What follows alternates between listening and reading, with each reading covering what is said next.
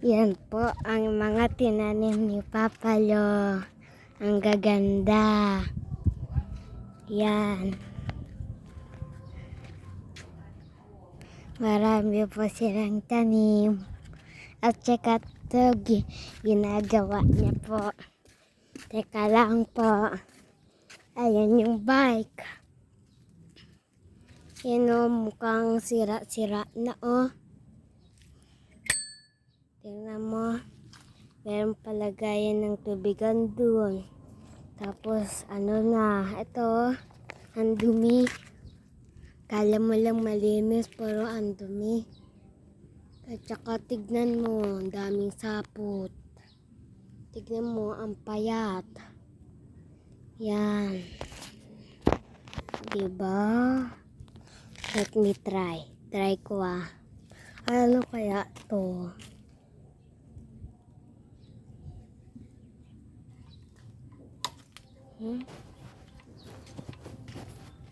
Yan. Yan po guys.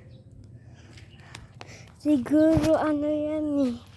Mga abot sa 10,000 o kaya mga 59,000.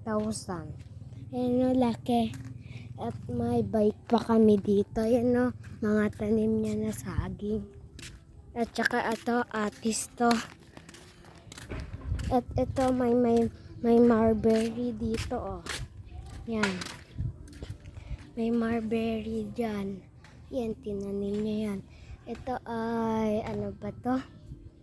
Hindi ko nakalimutan ko na kasi eh. Ayan, may malunggay, may papaya.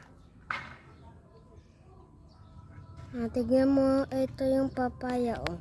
Yun, yung papaya na maliit, yung ganito pa.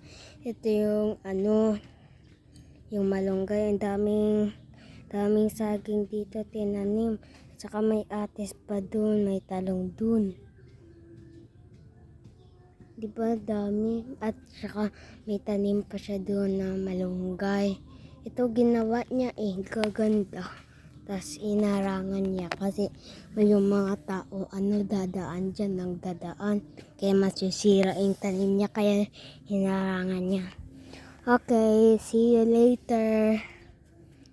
Bye-bye.